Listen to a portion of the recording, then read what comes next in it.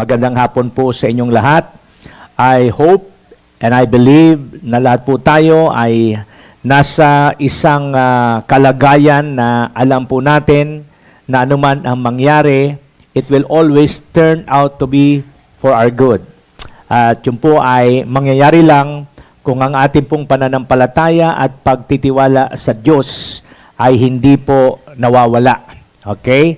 Kaya nga po napakahalaga na ang ating pananampalataya ay laging nakatuon kay Jesus, looking unto Jesus, the author and the finisher of our faith, who for the joy that was set before Him endured the cross. Yung endurance po natin, yung strength po natin, yung vitality po natin, ito pong lahat ay nakaugnay saan? Sa paniniwala natin sa ating Panginoon. So, if we want to be always strong, if we want to be always hopeful, if we want to be to endure everything, not only endure with pain but we endure with joy, dapat po hindi nawawala ang ating pagtuon at paningin sa ating Panginoon.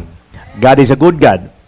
This Friday afternoon, I will continue my series study entitled The Pattern for Building the Church Unusual. And I am now sharing with you the 10 pillars of Zion, believing that if we are able to build our churches on these 10 pillars, our churches from the church as usual will become the church unusual.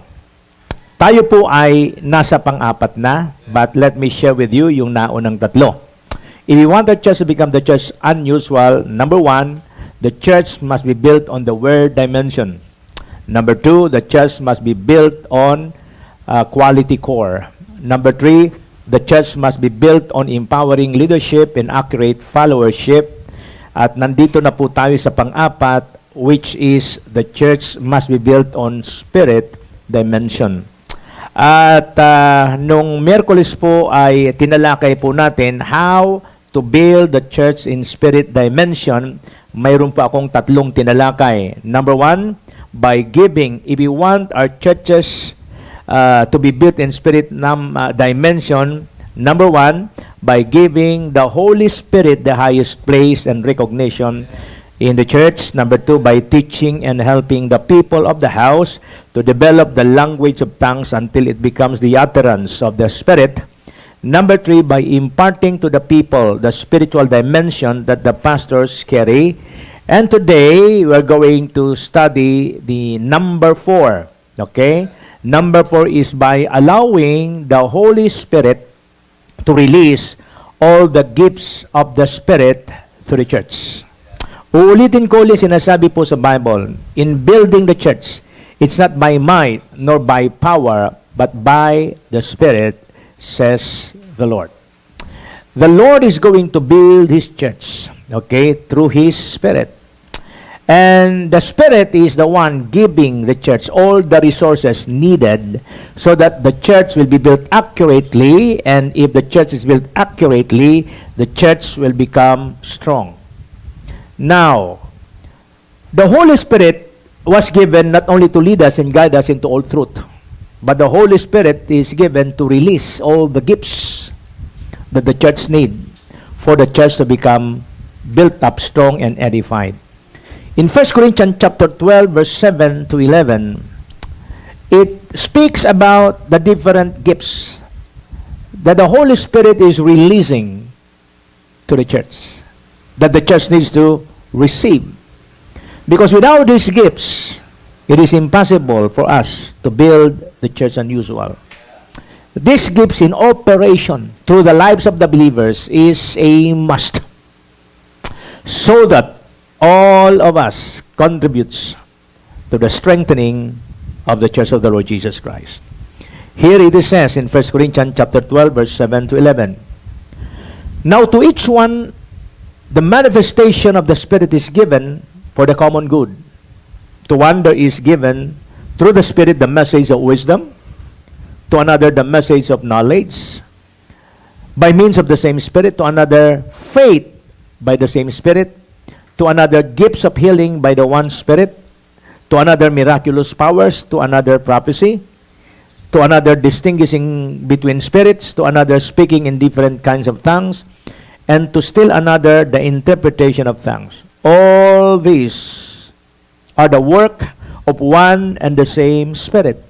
Speaking of the Holy Spirit, and He gives them to each one just as He determines. Ito pong ating talatang binasa ay patungkol po sa gifts of the Holy Spirit that is given to the church.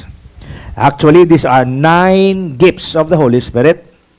And these 9 gifts are divided into 3 categories. Each category has 3 spiritual gifts. Ulitin ko po, ito pong mga giftings na tinalakay ni Pablo sa 1 Corinthians 12, 7 to 11 are 9 gifts. These 9 spiritual gifts, okay, is divided into 3 categories. Each categories ay may 3 gifts. Okay? So the first category of giftings is what we call revelation gifts. And the revelation gifts, sabi ng Bible, wisdom, knowledge, and discerning. So the Lord gives wisdom. The Lord gives knowledge. The Lord gives discerning. Why is wisdom very important? Because the Bible says by wisdom a house is built. We cannot build a strong church without the wisdom given to us by the Holy Spirit. When Solomon is about to rule Israel, isang gabi na naginip siya, in his dream, God asked him, ano ang gusto mong ibigay ko sa iyo? Ang sabi ni Solomon sa Panginoon, give me wisdom for who can govern this great people of yours. Ang sabi ng Panginoon kay Solomon, natutuwa ako sapagkat hindi ka humingi ng kayamanan. Ang hiningi mo ay wisdom. Dahil kailangan mo ang wisdom. By wisdom, a house is built. Pero maski hindi ka humingi sa akin ng kayamanan, ibibigay ko rin ang kayamanang kailangan mo because in building the temple, you need resources. You see, wisdom is what will cause you to build the church. Wisdom is also what will bring the resources you need in building the church.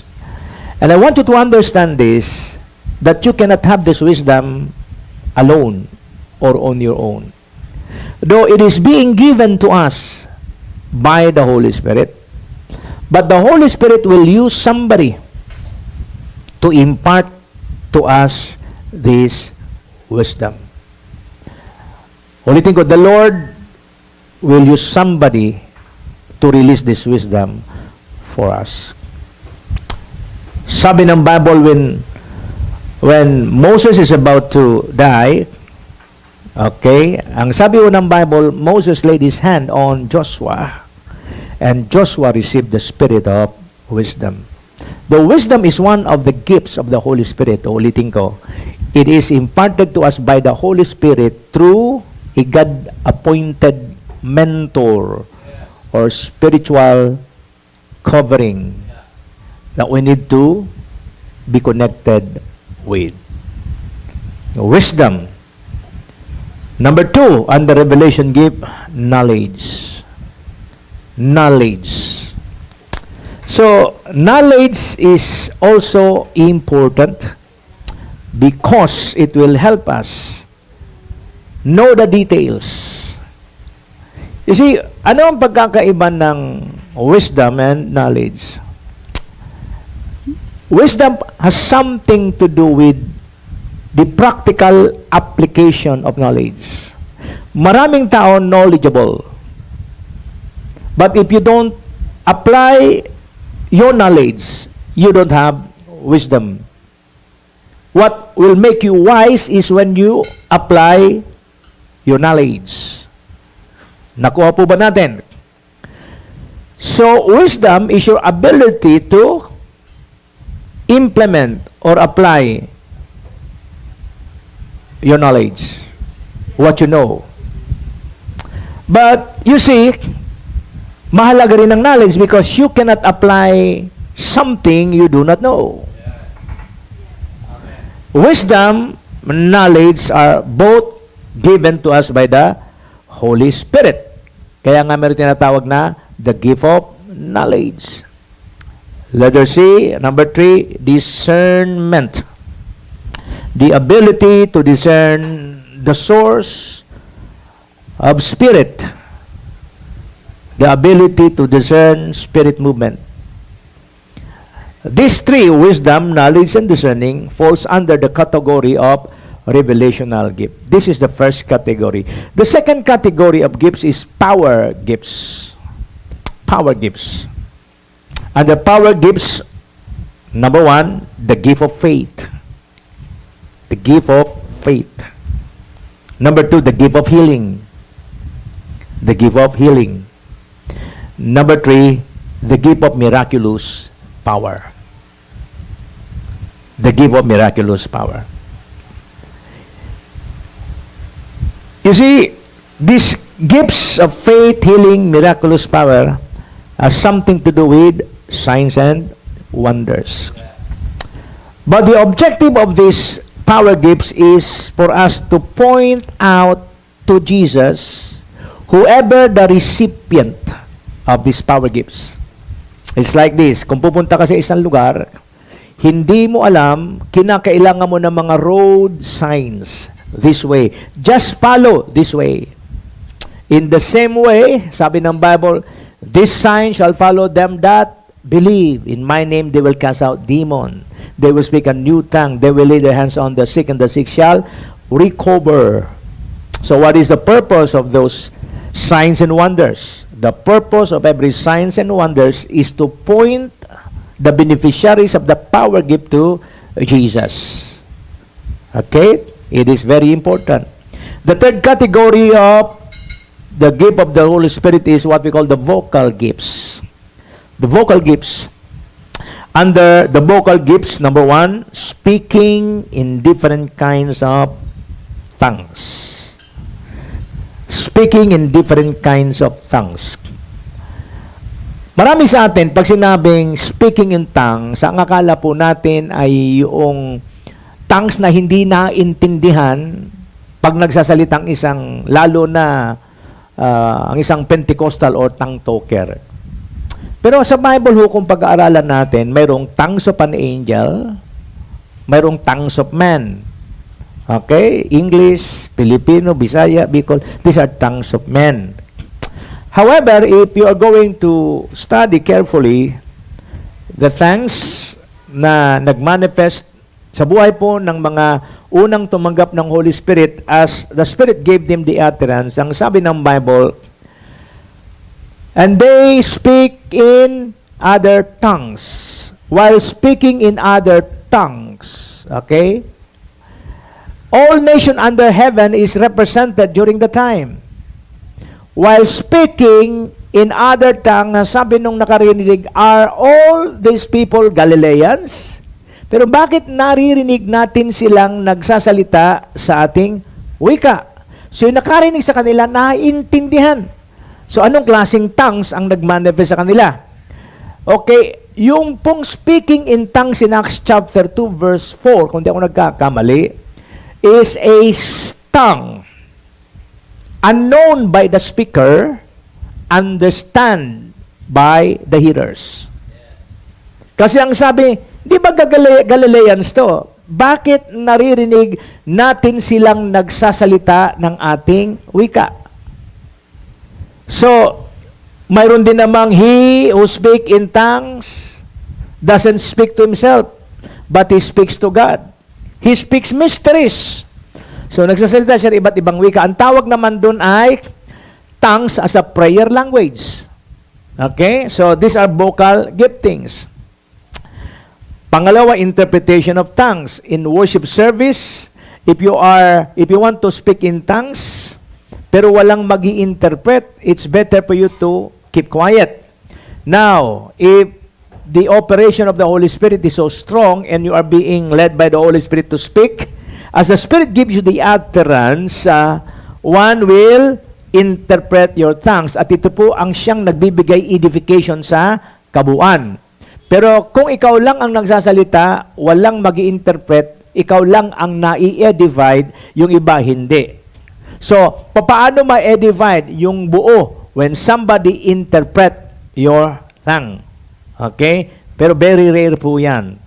And then letter C, prophecy. Prophecy. Ano ibig sabihin ng prophecy? Somebody with a prophetic ministry will speak the word as if alam niya kung ano ang pangangailangan mo, alam niya kung anong hinahanap mo. Okay? Prophecy is foretelling the future. Prophecy is declaring, speaking things na mangyayari pa lang sa future mo. Now, when the church is maturing in the operation of the gifts of the Holy Spirit stated in 1 Corinthians chapter 12, verse 7 to 11, okay, that church is already operating in the dimension of the Spirit. Ulitin ko, when the church is maturing in the operation of the gifts of the Spirit, then the church is operating in the dimension of the Spirit because those are gifts of the Holy Spirit. That is why it is very important for us. But take note, no? Tongues or giftings is not a determining factor of the maturity of the church. Ulitin ko, ha? Spiritual gift is not a determining factor of the maturity of the church. The maturity of the church is determined by its fruit or character. You shall know them by their fruit. The Corinthian church were a gifted church. They were gifted. And yet, napakagulo po nito. Grabe ang carnality rito. And yet, they are operating in the gifts of the Holy Spirit. So, anong ibig sabihin nito? It's not the gift that determines your maturity. It's your fruit. Ganun pa man, hindi ibig sabihin na it's not the gift that determines your maturity. Hindi ibig sabihin nun ay pinapawalang halaga na natin yung gifts. The purpose of the gifts of the Holy Spirit is for us to do more effectively the ministries that God has given us. But, if we're going to couple the gift with what? Character, fruit of the Spirit, mas magiging powerful at effective po ang church. So, how to build the church in spirit dimension? By allowing the Holy Spirit to release all the gifts of the Spirit to the church. Number 5, how to build the church on spirit dimension? By discerning other spirit and other voices. By discerning other spirit in other voices. Ang warning ng Panginoon sa mga disciples is this. Sabi niya, in the last days, many will be deceived. Dr. Jonathan David prophesied that in the last days, there will be an avalanche of deception. That even the elect will be deceived. So for us not to be deceived, we need to have the right discerning of spirit and other voices. In Matthew chapter 16, verse 13 to 23, it says, when Jesus came to the region of Caesarea Philippi, he asked his disciple, who do people say the Son of Man is? They replied, some say John the Baptist, others say Elijah, and still others Jeremiah or one of the prophet. So here Jesus Christ is testing his disciple of his perception, their perception of who Jesus is. Okay, and ang unang sagot nila ay kung ano ang opinion at perception ng mga tao sa kanilang kapaligiran. And the Lord Jesus Christ is not interested on the opinions of men. Jesus Christ is not interested on the perception of men. He is interested on the opinions and perception of his disciple. Okay, ang sabi niya, what about you? He asked. Who do you say I am? Simon Peter answered, you are the Christ, the Son of the living God. Jesus replied, blessed are you, Simon, son of Jonah, for this was not revealed to you by men, but my Father in heaven. So the Lord Jesus Christ confirmed to Peter that what he received is a revelation of the Father of who Jesus is. And I tell you that you are Peter, and on this rock I will build my church. What is this rock that Jesus Christ is saying? This is the rock of revelation.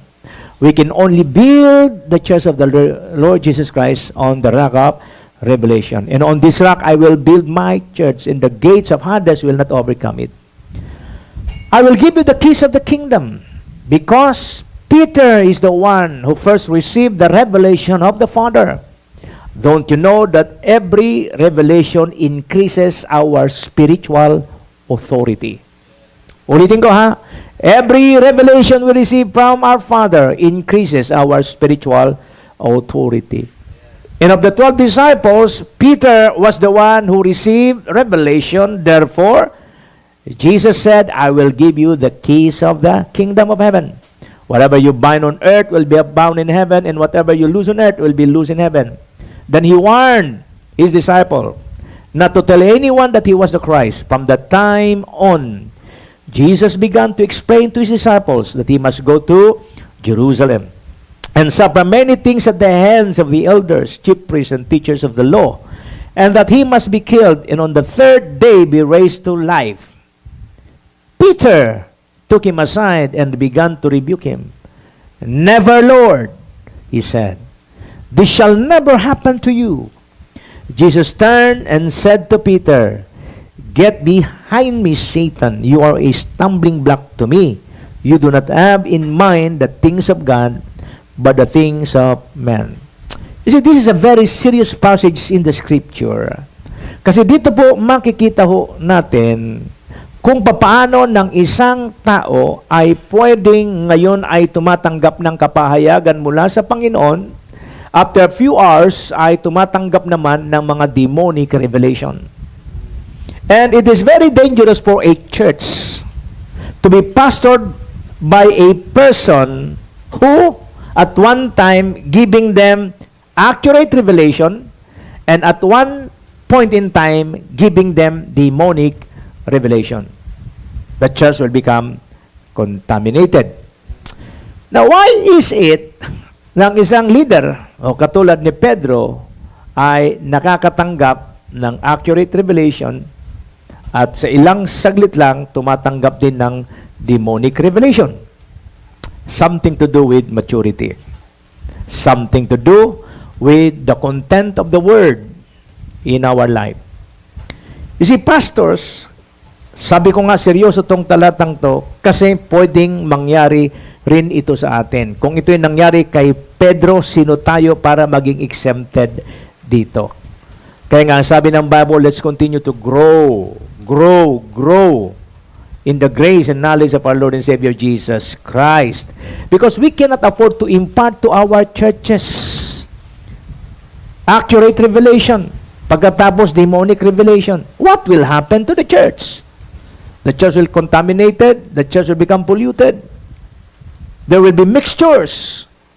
Kaya sabi ng Panginoon, very strong siya. Wala siyang pakialam kung si Pedro ang the most matured, kung si Pedro ang the most connected, kung kinakailangan niyang tawagin si Pedro ng Satanas, tinawag niya. Peter took him aside and began to rebuke him. Never, Lord, he said. This shall never happen to you. Now Jesus turned and said to Peter, Get thee behind me, Satan. You are a stumbling block to me. You do not have in mind the things of God, but the things of man. So this is the reason why demonic spirit, demonic revelation can have its way to us when we give priority to the good intention of men rather than the will of God. Ulitin ko when we give priority to the good intentions of man rather than knowing and be accurate in knowing the will of God, doon po ang laki ng tsansa na pumasok po ang alin? Demonic revelation. That is why I call on pastor, leaders, and workers. Since we are called and we responded to the call of serving Him in the ministry, We should be mature enough to discern the spirit activity in the church and in the place that we are working.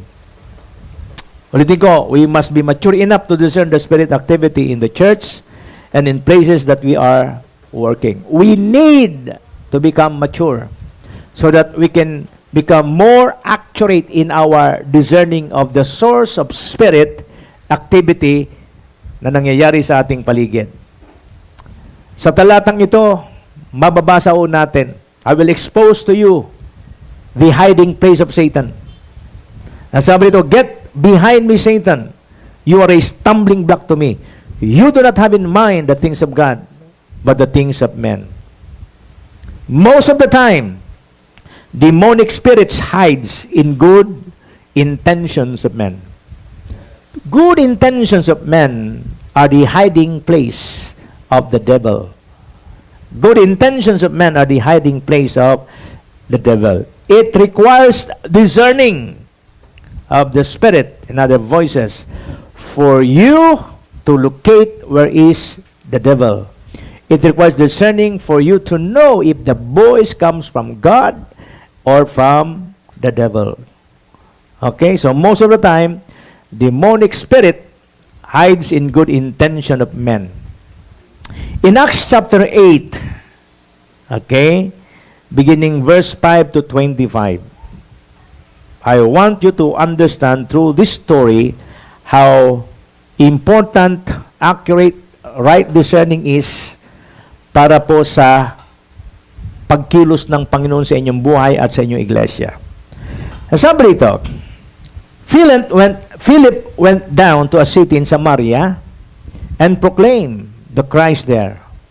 When the crowd heard Philip and saw the miraculous sign he did, they all paid close attention to what he said. With shrieks, evil spirits came out of many, and many paralytic and cripples were healed. So there was great joy in that city. Now for some time, a man named Simon had practiced sorcery in the city, and amazed all the people of Samaria. He boasted that he was someone great, and all the people, both high and low, give him their attention and exclaim, "This man is the divine power known as the great power." They followed him because he had amazed them for a long time with his magic. But when they believed Philip as he preached the good news of the kingdom of God in the name of Jesus Christ, they were baptized, both men and women. Simon himself believed and was baptized, and he followed Philip everywhere. Astonished by the great signs and miracles he saw, when the apostle in Jerusalem heard that Samaria had accepted the word of God, they sent Peter and John to them. When they arrived, they prayed for them that they might receive the Holy Spirit. Because the Holy Spirit had not yet come upon any of them, they had simply been baptized in the name of the Lord Jesus. Then Peter and John placed their hands on them, and they received the Holy Spirit. When Simon saw that the Spirit was given at the laying on of the apostles' hand, he offered them money and said, "Give me also this ability so that everyone on whom I lay my hands may receive the Holy Spirit." Peter answered, "May your money perish with you, because you thought you could buy the gift of God with money. You have no part or share in this ministry, because your heart is not right before God. Repent of this wickedness and pray to the Lord. Perhaps He will forgive you for having such a thought in your heart. For I see that you are full of bitterness and captive to sin." Then Simon answered, "Pray to the Lord for me, so that nothing you have said may happen to me." When they had testified and proclaimed the word of the Lord, Peter and John returned to Jerusalem and preaching the gospel in many Samaritan villages. This scripture speaks to us about the revival taking place in the city of Samaria when Philip went down to that city. Pero prior to that, may isa pong sorcerer na pangalan ay Simon.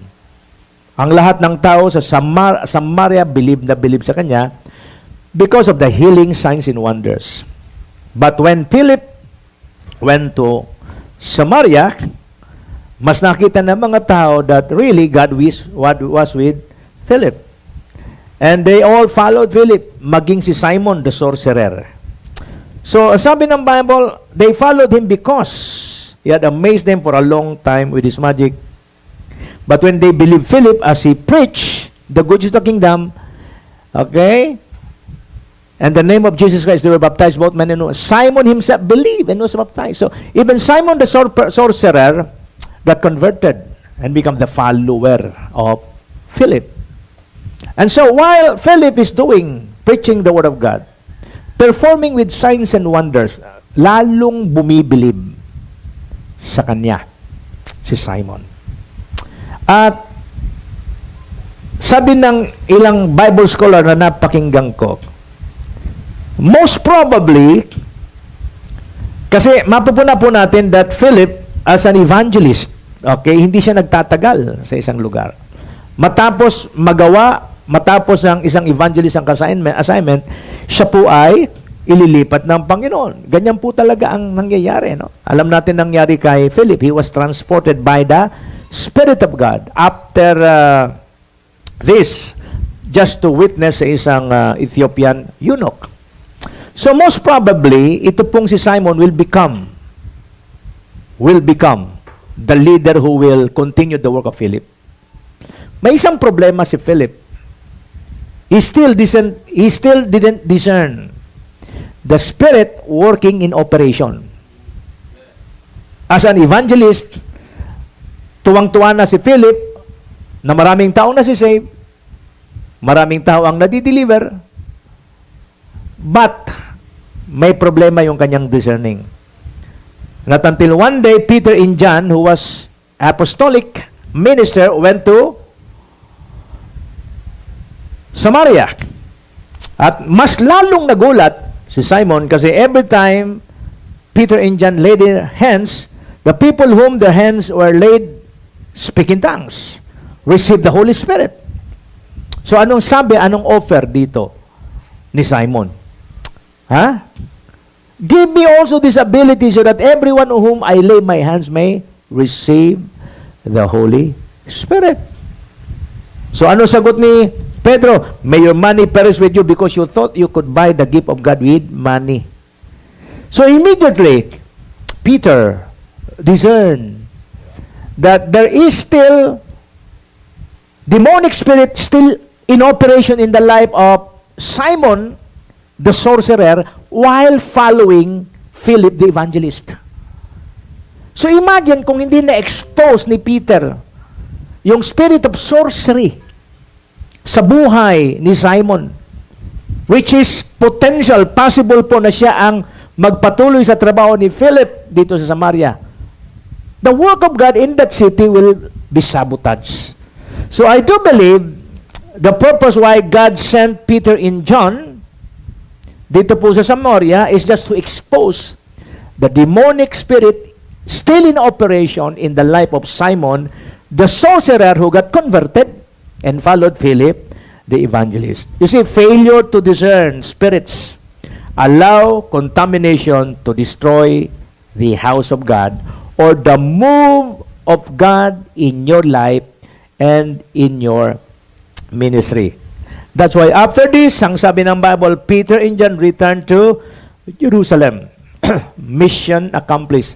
What was this mission? The mission, expose the different spirit operating in Simon, the sorcerer who claimed to be a born-again believer that follows Philip the evangelist. So, in building the church to spirit dimension, it is a must that leaders, pag sinabing leaders, pastors, leaders, and workers, must what? Discern other spirit and other voices sa inyo pong lugar, sa inyo pong simbahan. Number 6, how to build the church on spirit dimension. Number 6, by releasing a continuous supply of the Spirit in the house so that the church can walk in higher dimension. by releasing a continuous supply in the house of the Spirit in the house so that the church can walk in higher dimension. Acts 19 verse 8 to 12. Paul entered the synagogue and spoke boldly there for 3 months, arguing persuasively about the kingdom of God. But some of them became obstinate. They refused to believe and publicly maligned the way. So Paul left them. He took the disciples with him and had discussions daily in the lecture hall of Tyrannus. This went on for 2 years, so that all the Jews and Greeks who live in the province of Asia heard the word of the Lord. God did extraordinary miracles through Paul, so that even handkerchief and aprons that had touched him were taken to the sick, and their illnesses were cured, and the evil spirit left them. You see, when Paul went to Ephesus, okay, he found 12 disciples who are 30 years behind the move of God. And Paul brought these 12 disciples with him, first in the synagogue. Okay? Paul wanted the 12 disciples to witness how Paul shared Jesus Christ, particularly to the Jewish people in Ephesus. But the problem is, every time Paul shared the gospel to the Jewish people, he found himself in trouble with the Jewish people. Okay? Lagi po siyang napapalaban. So Paul left them. He took the disciples with him and had discussions daily in the lecture of Tyrannus. This went on for 2 years. Doon sa synagogue, 3 months. But when the Jewish people rejected his message, he brought his 12 disciples in the lecture hall of Tyrannus and taught them for 2 years. Daily. Hallelujah. He took the disciples with him and had discussions daily in the lecture of Tyrannus. This went on for 2 years. Now, just imagine this, mga kapatid. During that time, walang TV. Walang kuryente. Walang internet. So meaning, mas maraming panahon ang pwedeng i-google ng isang tao sa isang bagay na pwedeng pag-ukulan niya ng kanyang interest. And so I believe 1 hour, 2 hours is a time. These are not only the time given by Paul to teach those disciples daily. Siguro ang pinakamaikli kalahating araw eh. But ito po ay ginagawa ni Paul daily for 2 years. Kung wala kang supply of the Word and of the Spirit, it will be hard for you to sustain the work in raising these 12 disciples. But because Paul was a recipient of revelation, Ephesians 3:2, the grace of God that was given to me for you. Okay? Because of that ongoing revelation of the Word and of the Spirit, even if araw-araw yung schedule niya sa lecture hall of Tyrannus for 2 years, hindi po siya kinapos. Hindi po siya nagkulang. Lahat ng kailangan ng kanyang mga disipulo, estudyante, ay talagang naibigay. Paul is like a father supplying to his sons and distributing everything that they need. I do believe, as I prophesy, the days of supernatural are coming to the church if she will operate in the dimension of the Spirit. Father, in the name of Jesus, thank you for revealing to us this principle. In your blueprint, in the pattern that you are teaching us, only when we rise up, when the church rises up to its spirit dimension, that the church will become unstoppable in doing the work of the ministry. Father, in Jesus' name, I prophesy right now, churches who wanted to become church unusual will rise up, accept the challenge of rising up until they reach the spirit dimension. And I pray in the name that is above every name, Lord God, give them a teachable spirit, oh God. Let them receive the grace, Father God, that they need, Lord God. And I pray that they will become strongly connected with the prophetic and apostolic ministry that will bring them to this dimension of spirit, Lord God. In the name of Jesus. And once these churches, oh God, rise to the dimension of the Spirit, I pray in the name of Jesus Christ, let them operate this time, Father God, accurately. Let them operate without, Father God, the deception, oh God, because you're going them to give, Father God, you're going to give them the discerning of the Spirit that will cause them to align themselves in the accurate doctrine of the apostle, oh God, in the name that is above every name. I prophesy to every SCB family, TCTL families, in Jesus' mighty name. All of you will rise to the spirit dimension so that both individual, as a family, as a group, as a church, you will rise to this level.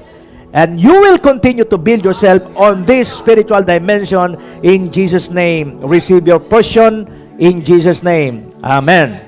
Hallelujah, hallelujah. Mga kapatid, gusto kong sabihin po sa inyo that the Word of God kept on pouring out. And as the Word keeps pouring out, just continue to receive it in your spirit. Amen?